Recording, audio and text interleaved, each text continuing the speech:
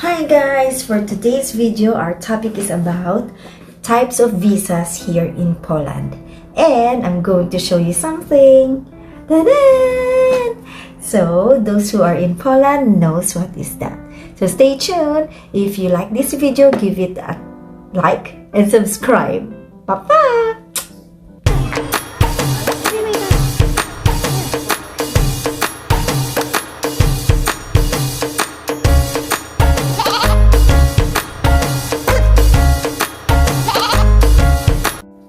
So, allow me to speak in English and Tagalog in this video because I also have followers from the Philippines and other countries around the world.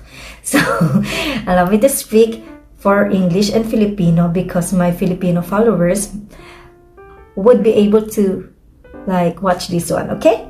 So again, my topic is about types of visas here in Poland. Number one is the Schengen visa or the Type C visa.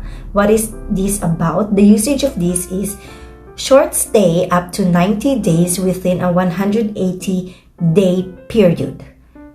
The purpose of this is to resume family visit, business, short-term trainings, or transit.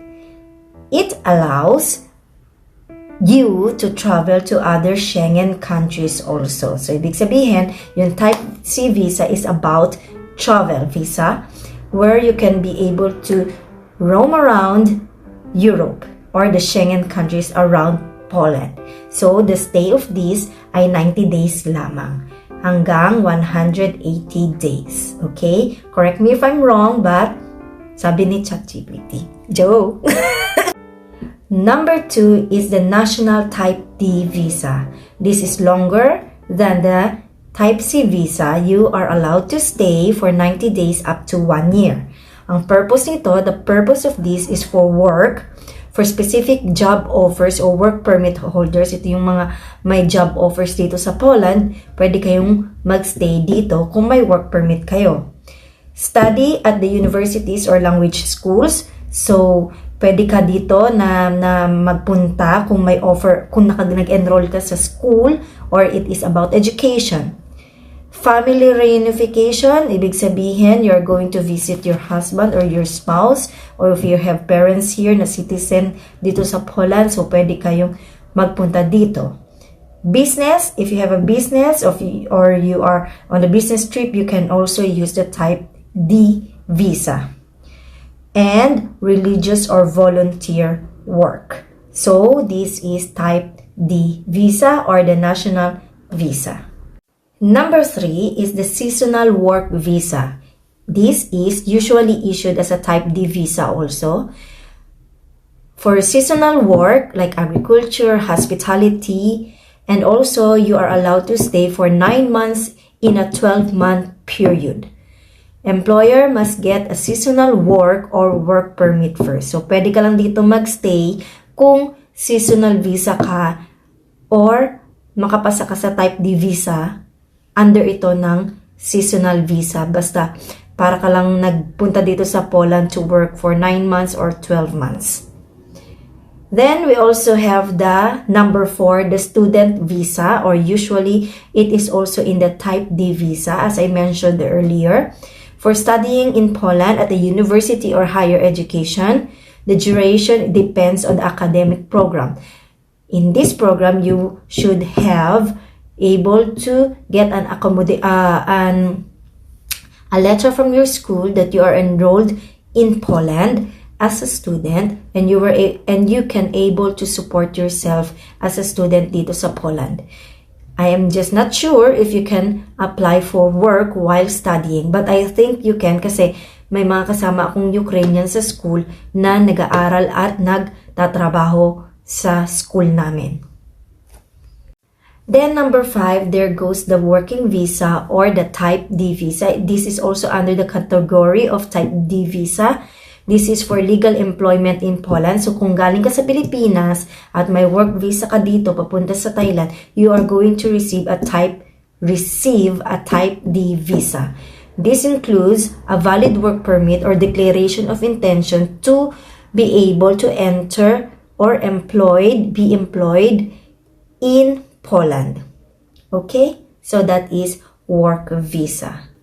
Number 6 is visa for family reunification. Yan yung visa ko. So, type D visa. Dahil kasal ako sa Polish, I am married to a Polish man. So, meron po akong type D visa na ganito po ang itsura. This is a type D visa. Okay? So, my visa is multi-purpose or multi-entry visa. So, yan ang visa ko. For family members of legal residents or citizens sa Poland. These are for spouses, children, or sometimes parents. Number 6 is visa or family reunification. Number 7, they also have the humanitarian, oh my God. Number 7, they also have the humanitarian or asylum visa. What does it mean? For individuals seeking for protection due to persecution, war, or human rights violations. The purpose of this is in special humanitarian cases or through international protection. Ang mga Ukrainian, siguro ito yung visa nila kasi madaming nagpupunta dito na Ukrainians at malaya sila na nakakapagtrabaho katulad ng mga lokal dito. Feeling ko, ito yung visa nila. Okay, so lastly, the transit visa or type A or B visa. What is this? Type A is for the airport transit. Type B for travel through Poland to another country. But less common ito. Usage of this, not for staying in Poland. So, para ka lang dumaan sa Poland, para ka lang nag-transit visa na, kunyari, pupunta ka ng Germany, daan ka muna ng Poland, papuntang Germany. Ganyan. Note, sa mga may type D na visa like sa akin, yung pinakita ko kanina na red stamp, this one, I just recently got my fingerprints sa municipality nila dito para sa aking karta pobito, para sa aking residence permit, pero hindi under sa aking asawa ang aking permit. It's not under my husband kasi personal reason. So before I applied for my husband under my husband's parang dependent sa akong husband, pero now I change it to my school. So now my visa is from family visa to education visa. So yun na ang aking visa ngayon. So I applied for Carta Pobito for the student visa. So you can apply for temporary residence permit if you plan to stay longer dito sa Poland. So visa applications are usually submitted through the Polish consulate or embassy in your home country, or kapag nandito na kayo sa Poland tapos nagka-problema kayo sa mga asawa ninyo, pwede nyo din gawin yung katulad sa akin. Kasi yung sa akin is nag-hire ako ng agency para mag-asikaso sa aking mapapel, and they gave me 3 options na pwede akong magpalit ng purpose dito. Dahil nagtatrabaho naman ako at meron akong asawa at nag-aaral naman ako sa language school. So pwede kong gamitin at least yung 3 yon. So yung option ko ay hindi sa work kasi ang tagal maglabas ng work permit. Kaya ang option ko ay dun sa language school ko. So what I did is binayaran ko yung buong taon ko sa pag-aaral sa language school, tapos binigyan ako nila ng letter na nagpo-prove na doon ako nag-aaral, at alam na nila yon, doon ako nag-aaral, tapos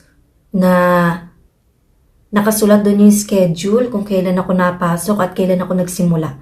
So pwede nyo din yun gawin, and you can also how do you call this, have an option na kung nagtatrabaho naman kayo, so gawin yung sa work permit ninyo yung base yung Carta Pobito nyo, yung residence card nyo. Pero kung wala naman kami yung mga problema sa mga asawa ninyo, then stay with your residence card under the dependent of your husband. So depende kayo sa husband ninyo. Okay? So that's it, guys. I hope you would at least consider watching this video and write it down kung anong visa ba yung mga kailangan. Sa susunod na video ko, on my next video, I'm going to tell you what are the documents that I used to be able to acquire a Type D visa under my spouse. Okay? Bye-bye!